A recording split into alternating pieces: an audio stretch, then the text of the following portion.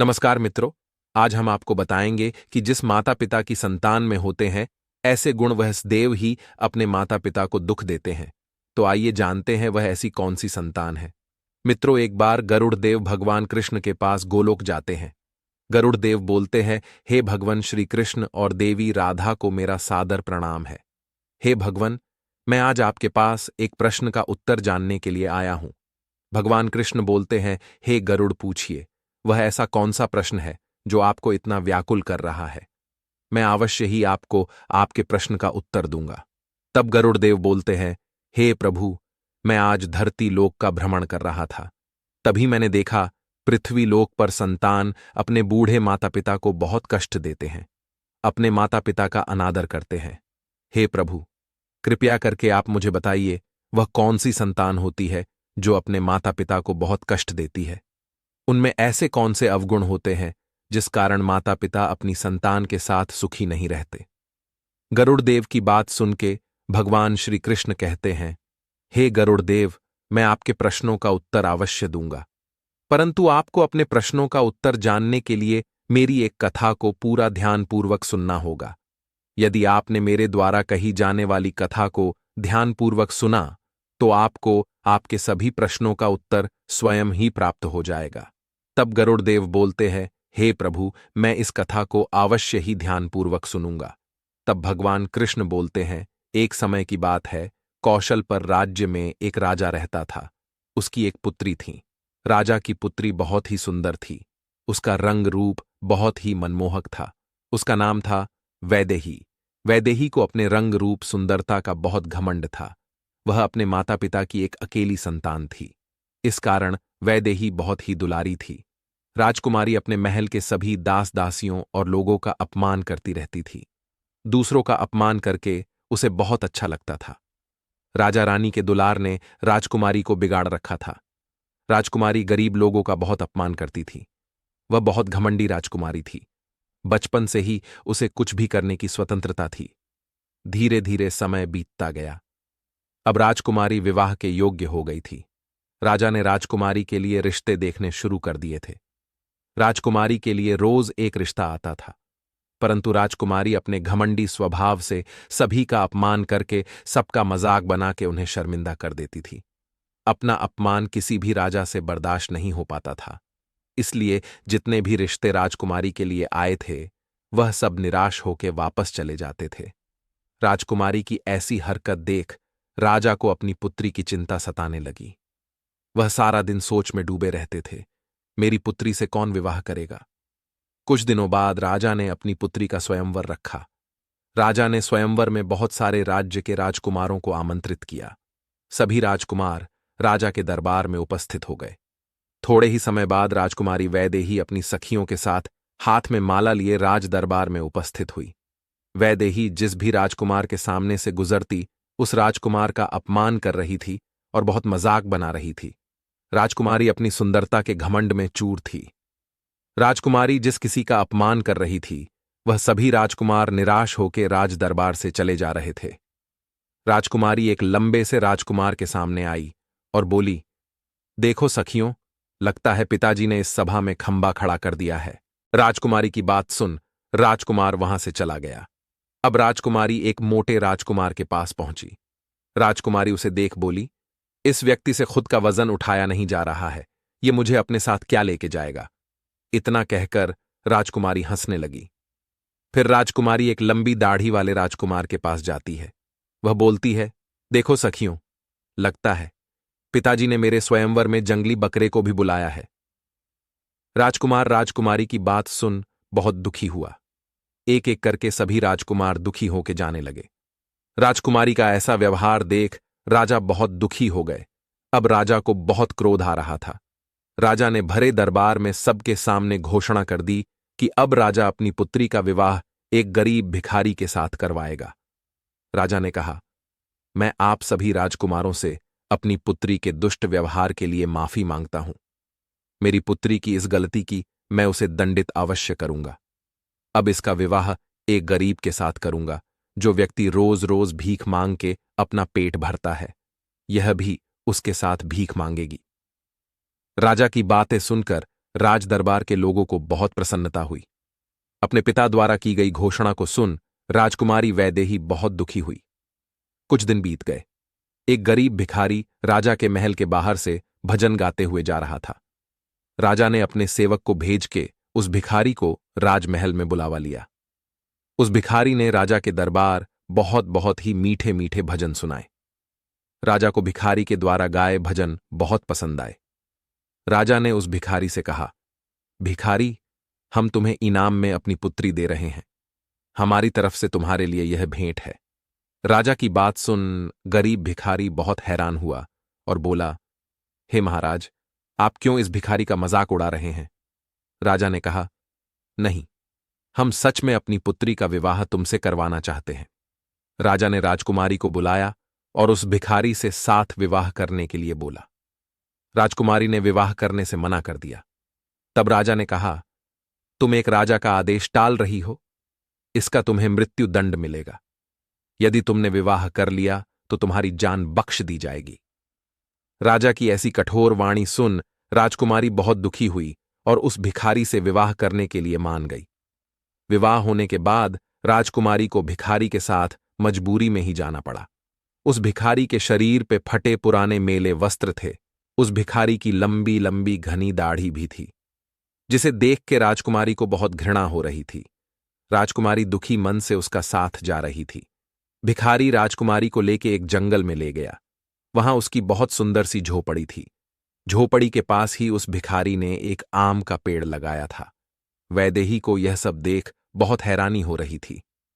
राजकुमारी चलते चलते एक सुंदर सी वाटिका में पहुंची। वहां बहुत सारे पेड़ लगे थे। बहुत सारे सुंदर सुंदर पुष्प थे, जिन्हें देख राजकुमारी बोलती है, यह सुंदर वाटिका किसकी है? राजकुमारी की बात सुन भिखारी बोला, हे राजकुमारी से सुंदर वाटिका उसी दाढ़ी वाले राजकुमार की है, जिसको आपने अपने स्वयंवर में लंबी दाढ़ी वाला बकरा कहा था। यदि आज आपने उससे विवाह किया होता तो आज इस सुंदर वाटिका की आप मालकिन होती। थोड़ी दूर आगे चलकर एक बहुत बड़ा खेत आया। उस खेत को देख राजकुमारी बोली, यह खेत किसका है? भिखारी ने कहा, यह खेत भी उसी राजकुमार है जिसका अपने दाढ़ी की वजह से मजाक उड़ाया था। राजकुमारी वैदेही भिखारी की बातें सुन के बहुत दुखी हो रही थी। फिर दोनों आगे कुछ दूर चलते हैं। राजकुमारी को एक बहुत सुंदर नगरी दिखाई पड़ती है। नगरी को देख राजकुमारी बोलती है, यह सुंदर नगरी किसकी है? भिखारी बोलता है, हे प्रिय, यह नगरी भी उसी बड़ी दाढ़ी वाले राजकुमार की है।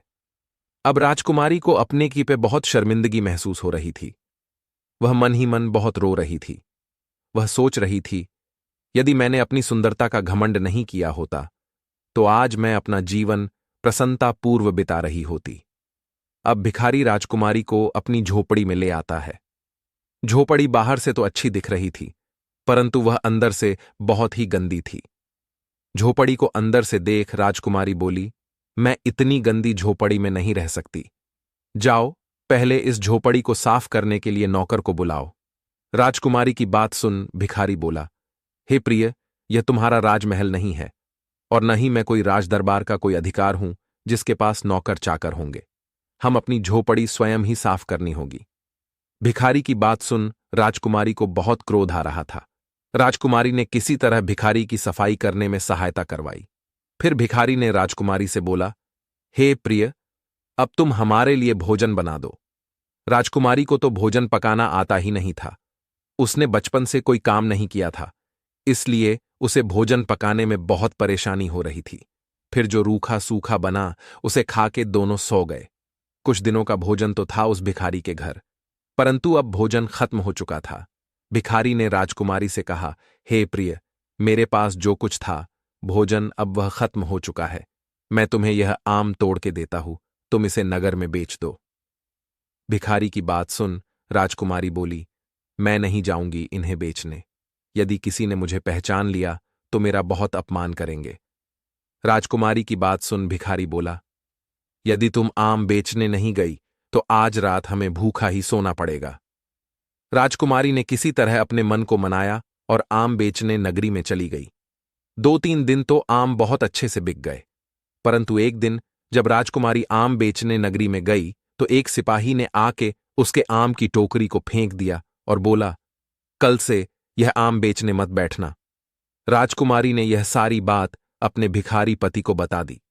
तब भिखारी बोला, हे प्रिय, अवश्य ही तुमने आम की टोकरी रास्ते में लगाई होगी, जिस वजह से लोगों के आने जाने में परेशानी हो रही होगी।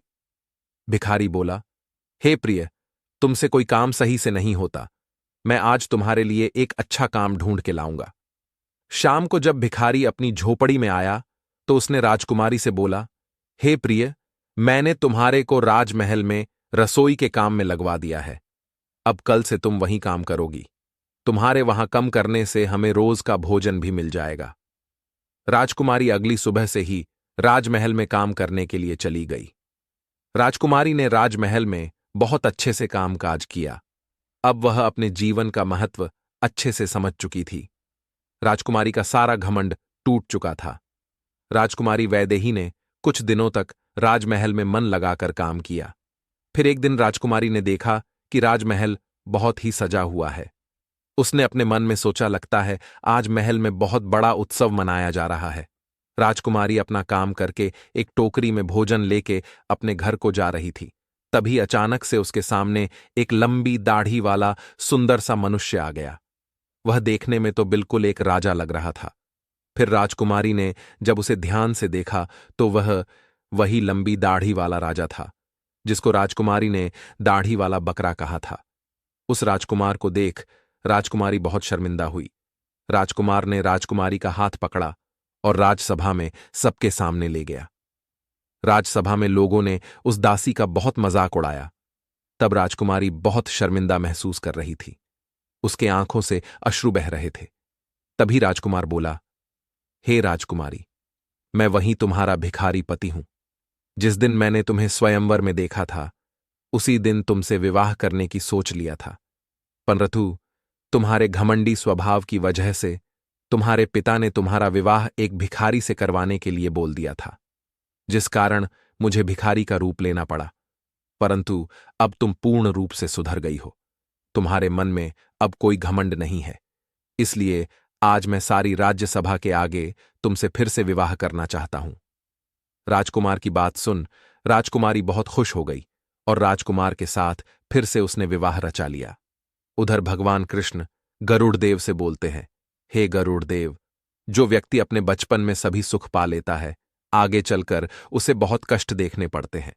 माता पिता को अपनी संतान की इतनी भी स्वतंत्रता नहीं देनी चाहिए जिससे संतान बिगड़ जाए, अपने से बड़ों का आदर सत्कार करना भूल जाए। बच्चों को बिगाड़ने में सबसे बड़ा हाथ माता पिता का होता है। बच्चे चाहे छोटी गलती करे या बड़ी, माता पिता को हमेशा उस गलती पे बच्चों को समझना चाहिए, न कि बच्चों की गलतियों को छुपाना चाहिए। बच्चों को बचपन से ही अच्छे और बुरे कर्म के बारे में समझना चाहिए। बचपन में बच्चों की जैसी परवरिश होगी, बड़े होने के बाद बच्चा वैसा ही बन जाता है। बचपन में हम बच्चों की गलतियों पे उन्हें समझा सकते हैं, परंतु बड़े होने के बाद वह नहीं समझते। बड़े होने के बाद संतान अपने माता पिता की बात नहीं मानते। उन्हें लगता है जो वह कर रहे हैं वह सब ठीक है। इसलिए माता पिता को बचपन से ही अपने बच्चों अच्छे संस्कार देने चाहिए। मनुष्य को कभी भी किसी बात का घमंड नहीं करना चाहिए। परमात्मा जब तुम्हें एक गुण देता है तो वह बहुत से गुणों से तुम्हें वांछित भी रखता है, ताकि किसी व्यक्ति में किसी भी प्रकार का घमंड ना हो सके। जिसकी संतान अपने माता पिता को अपमानित करती है, उनकी बात को नहीं मानते हैं, ऐसी संतान को सदैव ही बहुत सारे दुखों को देखना पड़ता है। भगवान कृष्ण की बात सुन गरुड़ देव भगवान से बोलते हैं, हे प्रभु, अपने मेरी मन की सारी दुविधा को दूर किया है। अब मैं इस कथा का प्रचार सारी धरती लोक पे करूंगा। इतना कहकर गरुड़ देव वहां से चले जाते हैं। उम्मीद करते हैं दोस्तों, आपको आज की यह कथा अवश्य ही पसंद आई होगी। यदि वीडियो पसंद आई हो तो वीडियो को लाइक, शेयर, चैनल को सब्सक्राइब करना न भूलें। मिलते हैं अगली वीडियो में, तब तक के लिए धन्यवाद।